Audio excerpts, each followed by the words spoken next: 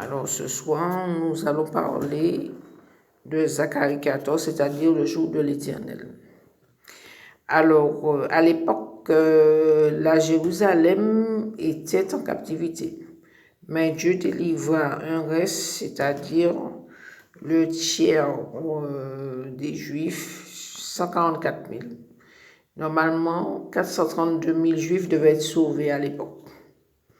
Dieu a combattu pour le reste en posant ses pieds sur la montagne des Oliviers. Verset 4. Alors, ce qui se passa, c'est que la montagne se fendit en deux. Alors, il y a une partie au septentrion et l'autre partie au midi. Alors, si on se réfère à Zacharie 6, on trouve des chevaux qui sont partis au septentrion. Et là, on constate que ce n'est pas le bon chemin. Tandis que les chevaux qui sont partis vers le midi ont trouvé grâce aux yeux de l'Éternel. Alors certains disent que le fait que Dieu ait posé ses pieds sur la montagne des Oliviers correspond au tremblement de terre de Lisbonne. Mais là encore, il nous faut des preuves bibliques.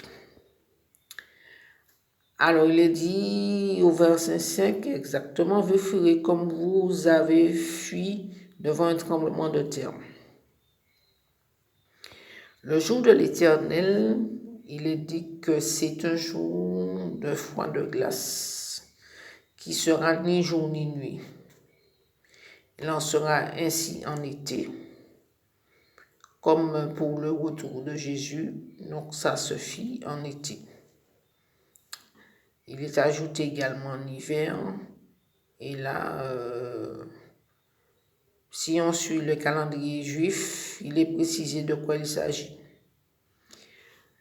Alors, il est également dit, Jérusalem sera élevée depuis la porte de Benjamin jusqu'à la porte des Angles, en passant par la première porte.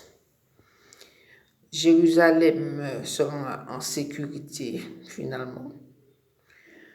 Et il est également dit qu'on y fêtera la fête des tabernacles. Alors, la fête des tabernacles se fait entre septembre et octobre.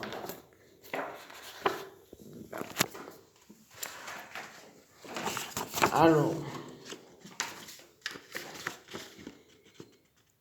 il est également dit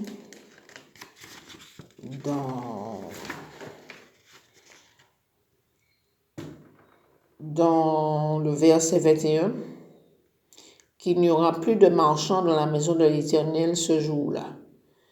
Alors pour moi, ma conviction, c'est qu'il n'y aura plus de dîmes ni d'offrandes le sabbat de l'Éternel, car comme le dit 1 Corinthiens 16, tout doit se faire le premier jour de la semaine, comme le conseille Paul, qui parlait à l'époque de la collecte annuelle, à plus forte raison la dîme et les offrandes.